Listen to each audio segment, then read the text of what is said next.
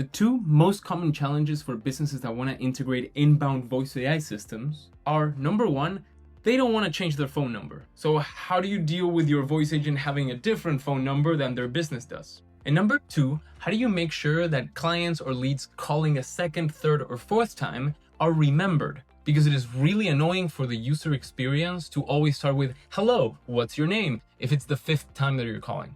What if that voice agent could remember every single other interaction that you've had? My name is Alejo, co-founder of Amplify Voice. We specialize in delivering value to businesses by integrating to their existing systems. This is not always easy, but by asking the right questions, you can integrate into pretty much anything. If you have a project in mind and you want to work with me directly, you can book a call in the first link below. Now let's get into the crazy world of telephony. Whether you've watched all the videos in the series so far or not, it is important to remember the key questions that you need to ask in order to properly integrate with a business's systems. What CRM do you use? Calendar? What's your telephony provider and plan, which is what we're really going to dig in today? Do you need real-time or batch calling? And what other systems need to be notified? Because like it or not, a business usually doesn't use Twilio for all their stuff. They usually get a phone number from a business phone provider like RingCentral. By knowing what provider they're using and what plan they have, what you'll be able to find out is if and how you can integrate into their system. In this case, the basic plan has a developer platform and access to APIs, which is a great sign that you'll most likely be able to integrate into their system. So what does that really look like? I'm gonna go into the RingCentral portal. It doesn't matter what system they're using. If they have a portal like this, you'll probably find your way around to phone. Sometimes it's a developer portal. Sometimes you literally just have to call the service number and they'll be able to guide you better. But in this case, RingCentral makes it relatively easy to connect different systems together. Let's say an incoming call is coming. So inbound call, a lead or a client is calling in. And we want to forward that call to our voice agent. So the business can keep their phone number, but if the call doesn't get picked up or they want to just forward every call to a voice agent, they can either click the forward all calls or more commonly have these rules that you can set up. In this case, I'm going to set work hours 9 to 6 on weekdays. You get some options, but the important part is right here. What happens if nobody answers? You can send to voicemail or forward the call, and that's what we're going to do. So you can go to your retail account, find a phone number you want to use. Let's say we'll just use this one for now. Go back here, bam, and that's the phone number that we're going to use. We're going to have an inbound agent. We're going to set an inbound agent to receive that call. So now if a lead or client calls a business's phone number and nobody answers, the call is going to be routed to the right voice agent. That voice agent can set appointments, etc., all that beautiful stuff. Okay, not all providers allow you to just put a forwarding number. Sometimes they work with webhooks, and that's where Twilio comes in. We're going to log in, go to Accounts Dashboard, Phone Numbers, Manage, and then Active Numbers. And we're going to search for the phone number that we just connected, which is this one. We're going to go in there. Right now, this is connected to a SIP trunk, so I'm not going to mess with it too much. Creating SIP trunks is essential for inbound use cases. So if you want to figure out how to do it, watch this video where I walk you through how to connect Twilio with retail through a SIP trunk. What a SIP trunk allows you to do is connect systems not with a phone number, but with a URL. So you have these URLs that look a bit like this. So let's say RingCentral, if it connected through webhooks or URLs, you could just say, hey, RingCentral, when a call comes in, send it here. And then the SIP trunk is going to say, okay, answer the call with this phone number.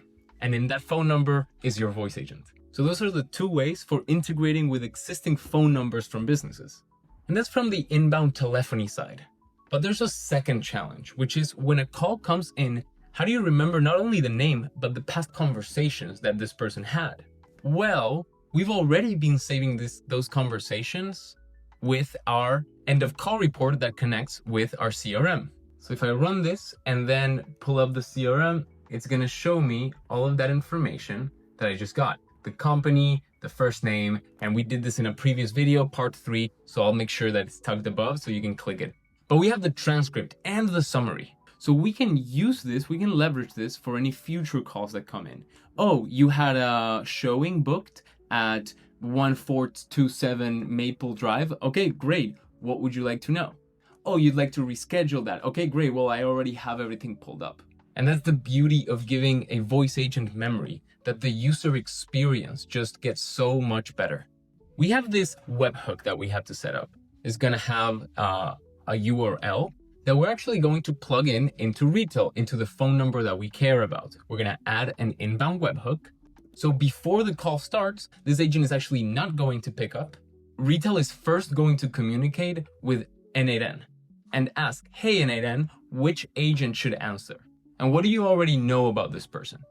So we're going to check if the contact exists using the phone number. And what you have to do is a test call. So I'm going to call that voice agent, that phone number. The call is going to come in through that webhook. And what's going to happen, oh, there you go. It's not going to pick up because when it comes in, there you go. I actually want to use this information. I'm going to debug in editor, and all the information of the call that just came in is going to be available. What number is calling and what number to call to. There's that webhook URL that we set up. And now I can use that information, for example, to check if the contact exists. So that is the wrong formatting. I'm going to look for number. This is going to be the from number because it's an inbound call. So the user is calling us. So the call is coming from this number. And now I'm going to check if this client already exists in our CRM. It may or may not. So it did find the contact and it pulls up the previous transcript as well. I can pull up the appointment details, a summary, any other information I want that exists in the CRM. What I'm going to do next is aggregate all the previous conversations. Say there have been 4 or 5 calls. Well, it's all going to become one single field. And in this case, we're only going to get one item because there was only one call that was made. This is the only one. But what I'm going to do is duplicate this item in our CRM with that transcript such that we get 2 elements back. I'm going to be able to aggregate those transcripts, which then I can use in the call as a dynamic variable for the agent to remember what happened previously. This is transcript 1, and then this is transcript 2. Now we have this if statement. It's essentially asking, are there any transcripts? If there's at least one, it's going to go on the true route. But if there's no transcript, it means there's no conversation history with this user.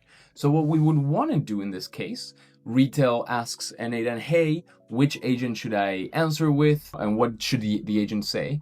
In this case, we're going to put a different agent ID. We can set up a default agent ID that essentially says, hey, we didn't find your user. What's your name? And could you give me your email, right? So what would the flow look like for your use case if you couldn't find that person in the CRM?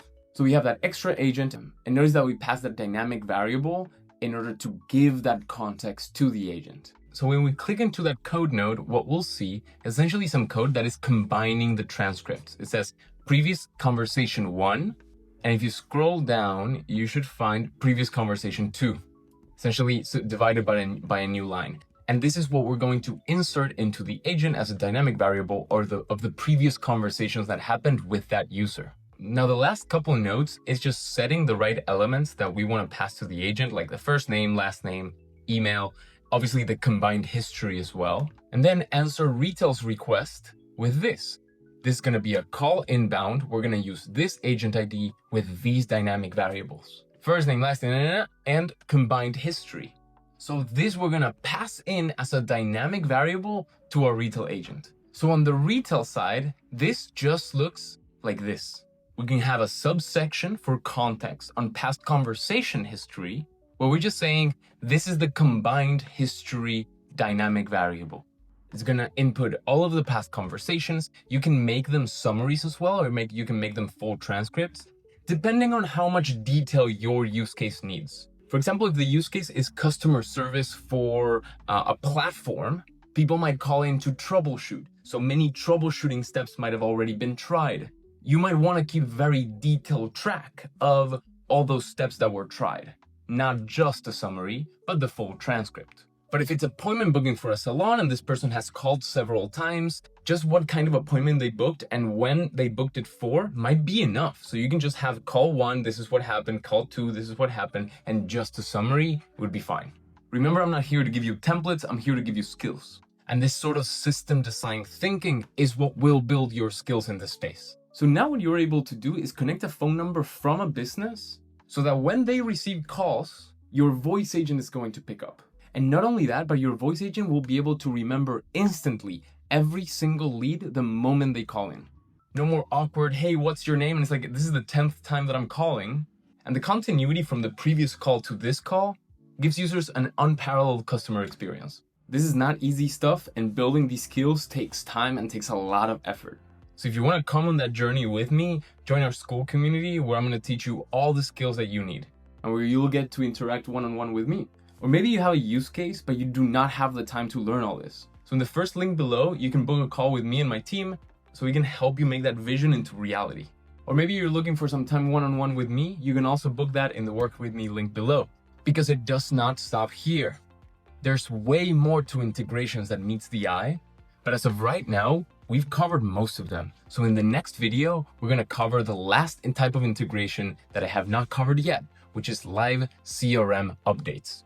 There's a lot that you can do before the call starts. There's a lot that you can do after the call ends. There's critical things that sometimes you have to do during the call and many things to take into account. So hit subscribe so stay tuned for the next video and I'll see you in the next one. Remember to never stop prompting.